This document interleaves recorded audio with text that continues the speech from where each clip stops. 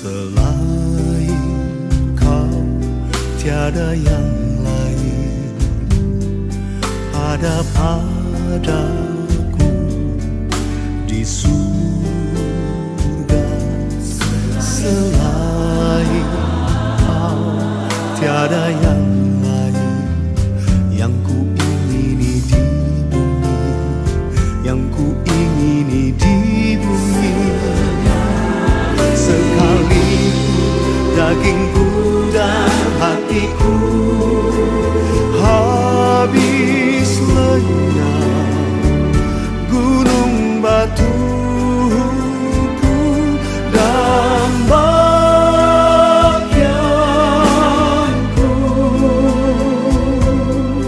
tetaplah Allah selama-lamanya. Sekalipun dagingku dan hatiku habis lenyap, gunung batuku dan bagianku,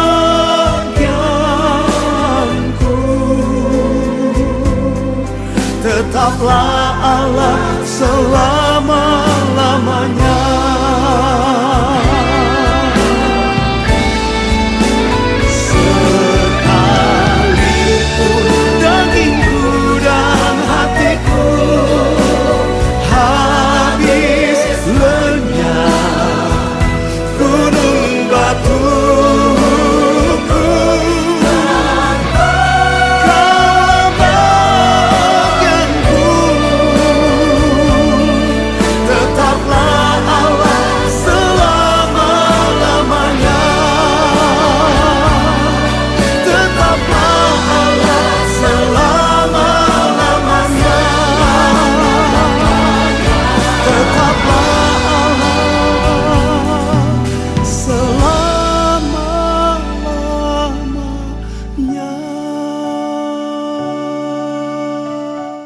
Salam saudara yang dikasihi Tuhan Yesus, senang kembali menjumpai Bapak Ibu Saudara untuk menyampaikan firman Tuhan bagi kita semua. Selamat hari Minggu, selamat beribadah di rumah kita masing-masing. Doa saya kita semua dalam keadaan sehat dan dalam pemeliharaan Tuhan yang sempurna. Saudaraku, hari ini saya ingin menyampaikan firman Tuhan dengan tema bagaimana cara kita hidup dalam damai sejahtera Allah. Saudaraku, hari-hari ini, keadaan hari-hari ini membuat orang sulit hidup dalam damai sejahtera Tuhan. Saudaraku, sebelum pandemi corona ini, sebelum virus corona ini menyebar di seluruh dunia, ada satu survei yang mengatakan bahwa tahun 2020 adalah tahun di mana banyak orang mengalami stres dan mengalami depresi. Negara-negara maju seperti Eropa, negara-negara maju seperti Amerika, banyak anak-anak mudanya yang stres dan depresi. Itu sebabnya konsumsi obat penenang, konsumsi obat yang mengandung aspirin sangat laris sekali, sangat dicari-cari sekali anak-anak muda. Nah, hari ini kenapa mereka mengalami stres? Kenapa mereka mengalami depresi? Yang pertama karena tuntutan hidup. Bagaimana mereka harus memiliki pekerjaan, bagaimana mereka harus bisa mengatasi pekerjaan mereka, bagaimana mereka bisa mendapatkan jodoh. Lalu ketika mereka tidak mencapai apa yang menjadi keinginan mereka, mereka mulai stres dan mereka mulai depresi. Saudaraku, di Tiongkok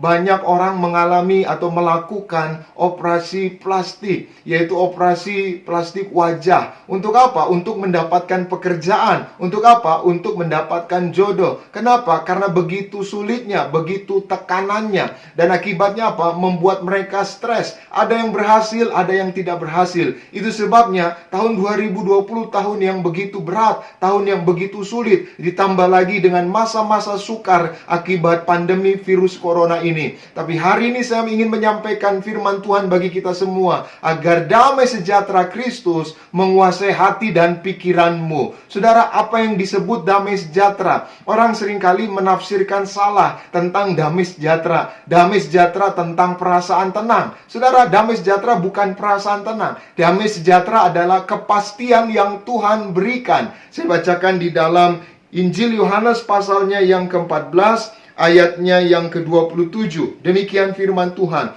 Damai sejahtera ku tinggalkan bagimu, damai sejahteraku kuberikan kepadamu, dan apa yang kuberikan tidak seperti yang diberikan oleh dunia kepadamu. Janganlah gelisah dan gentar hatimu. Haleluya. Demikian pembacaan firman Tuhan hari ini. Tema kita sekali lagi, bagaimana agar kita hidup dalam damai sejahtera. Sekali lagi, damai sejahtera bukan perasaan tenang. Saudara, damai sejahtera adalah kepastian yang Tuhan beri. Jadi ayat ini, Yesus berkata kepada murid-muridnya, Yesus berkata kepada banyak orang sebelum dia mati, sebelum dia meninggalkan dunia ini, dia mewariskan, dia memberikan kepada saudara dan saya damai sejahteranya. Dia tidak mewariskan, dia tidak memberikan harta kekayaan, tapi dia memberikan damai sejahtera. Kenapa damai sejahtera? Karena damai sejahtera melebihi apa yang dunia tawarkan. Lalu apa yang dimaksud dengan damai sejahtera? Damai sejahtera adalah kepastian yang Tuhan berikan. Kepastian apa? Yang pertama, kepastian keselamatan. Maka siapapun saudara yang percaya Yesus, jadikan Tuhan Yesus sebagai Tuhan dan Juru Selamat, maka percaya suatu hari saudara mati, saudara akan diselamatkan. Saudara akan terima sorganya yang mulia. Yang kedua, kepastian apa yang Tuhan berikan? Kepastian penyertaan Tuhan. Apa maksudnya penyertaan Tuhan? Dia sertai hidup kita, dia jagai hidup kita, dia lindungi hidup kita. Walau 1000 rebah di kiri, 10.000 di kanan, itu tidak akan menimpamu. Dia jaga saudara, dia jaga keluargamu. Jadi dia sertai kita. Bukan hanya dia jaga, dia pelihara hidup kita. Apapun kebutuhanmu, apapun keperluanmu, Tuhan akan memelihara hidup kita. Lalu yang ketiga, kepastian apa yang Tuhan beri? Tuhan beri kepastian masa depan yang indah. Saya tidak tahu apa keadaan saudara hari ini, apa yang menjadi masalahmu hari ini, tapi pegang baik, percaya baik, Tuhan beri kepastian. Salah satunya adalah masa depan yang indah. Kita tidak tahu seminggu lagi seperti apa, sebulan lagi, setahun lagi seperti apa, tapi yakinlah sepanjang kita hidup di dalam Yesus, kita percaya Yesus, ada masa depan yang indah Tuhan jamin bagi kita semua. Jadi damai sejahtera adalah kepastian yang Tuhan beri, kepastian keselamatan, kepastian penyertaannya, dan juga kepastian masa depan yang indah. Nah, hari ini kita akan belajar bagaimana agar kita semua hidup dalam damai sejahtera. Di tengah dunia yang penuh dengan ketakutan, di tengah dunia yang penuh dengan kekhawatiran, kita butuh damai sejahtera Tuhan. Kita harus hidup dalam damai sejahtera Tuhan. Damai sejahtera sekali lagi bukan perasaan. Ada banyak orang merasa ketika tidak damai, tidak tenang, maka dia berkata, saya tidak damai sejahtera, saya nggak punya ini, nggak punya itu, saya tidak damai sejahtera. Damai sejahtera adalah kepastian yang Tuhan berikan. Itu sebabnya bagaimana cara kita hidup dalam damai sejahtera. Yang pertama saya bacakan di dalam kitab Yesaya pasalnya yang ke-32, ayatnya yang ke-17. Demikian firman Tuhan. Di mana ada kebenaran, di situ akan tumbuh damai sejahtera. Dan akibat kebenaran ialah ketenangan dan ketentraman untuk selama-lamanya. Saudara perhatikan, di mana ada kebenaran, di situ tumbuh damai sejahtera. Maka yang pertama, bagaimana cara agar kita hidup dalam damai sejahtera? Yang pertama, hiduplah dalam kebenaran. Jadi saudara mulai hari ini, pikirkan, renungkan, bayangkan tentang kebenaran. Bukan hanya pikirkan, renungkan, bayangkan, tapi juga perkatakan kebenaran. Bukan hanya perkatakan kebenaran, tapi juga lakukan kebenaran. Jadi ketika saudara merenungkan, memikirkan kebenaran, lalu saudara memperkatakan kebenaran, dan saudara melakukan kebenaran, maka ada damai sejahtera dalam hidupmu. Tapi kalau saudara hidup di dalam dosa, hidup di dalam kesalahan, tidak melakukan yang benar, maka ada perasaan cemas, ada perasaan takut, ada perasaan khawatir. Maka siapapun sepanjang saudara lakukan yang benar, hidup dalam kebenaran, ada damai sejahtera dalam hidupmu. Yang kedua, bagaimana cara kita hidup dalam damai sejahtera? Saya bacakan di dalam, yaitu Yakobus pasalnya yang ketiga, ayatnya yang ke-16 dan 17. Demikian firman Tuhan, Yakobus pasalnya yang ketiga, ayat 16 dan 17. Demikian.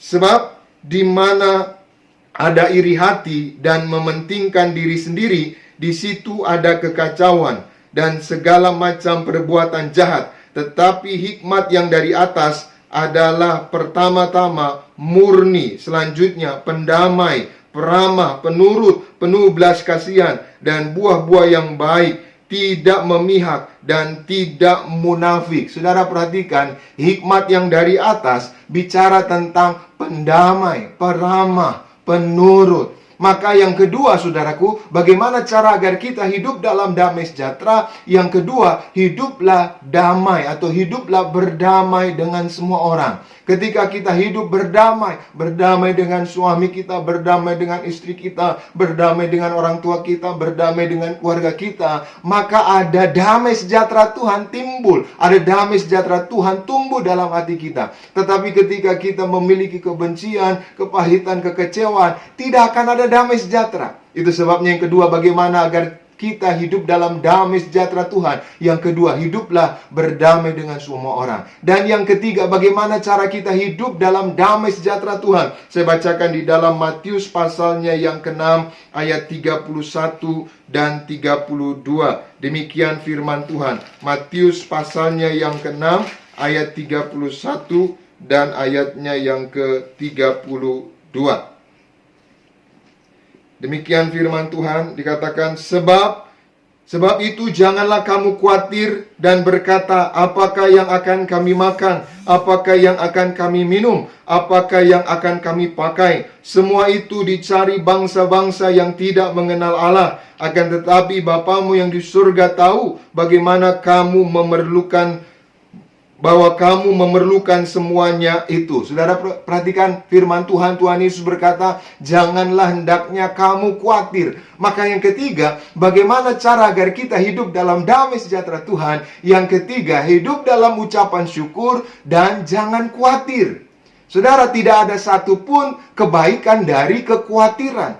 Ada di antara saudara yang karena khawatirnya bisa menambah sehasta saja jalan hidupnya. Tidak ada. Semakin kita khawatir, semakin hilang damai sejahtera dalam hidup kita. Tapi semakin kita bersyukur kepada Tuhan, bersyukur untuk apapun yang Tuhan kerjakan, maka semakin damai sejahtera hidup kita. Maka saya simpulkan firman Tuhan hari ini, dunia sedang penuh dengan kekhawatiran, dunia sedang penuh dengan ketakutan, dunia sedang penuh dengan kecemasan. Tapi Kristus Yesus memberikan warisan kepada kita damai sejahtera. Damai sejahtera bukan perasaan tenang, bukan menyangkut masalah hati, tapi damai sejahtera adalah kepastian yang Tuhan beri, kepastian keselamatan, kepastian penyertaan Tuhan, dan juga kepastian masa depan yang indah. Bagaimana cara agar kita hidup dalam damai sejahtera? Yang pertama, mari kita lakukan kebenaran, hidup dalam kebenaran, pikirkan yang benar, renungkan, perkatakan yang benar, maka ada damai sejahtera dalam hidup saudara. Yang kedua, hiduplah berdamai dengan semua orang. Di mana ada perdamaian, di situ tumbuh damai bagi kita semua. Dan yang ketiga, hiduplah dalam ucapan syukur, jangan khawatir, karena Tuhan pelihara hidup kita. Dia tahu keperluan kita, Dia tahu kebutuhan kita. Doa saya, damai sejahtera Kristus menguasai, memelihara hati dan pikiran saudara, sehingga apapun yang kita hadapi hari-hari ini,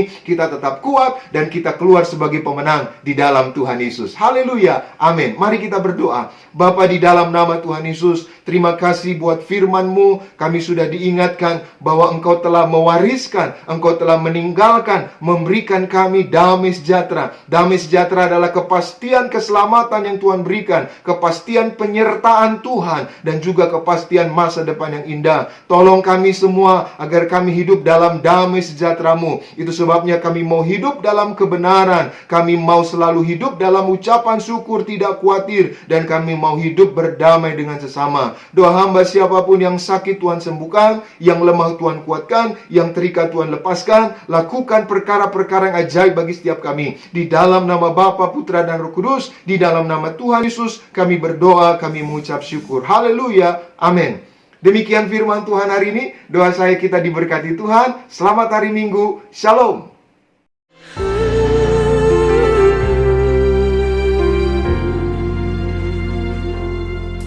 Kasih-Mu mengubah hidupku. Kau memilihku, selamatkan hidupku. Semua karena cinta-Mu.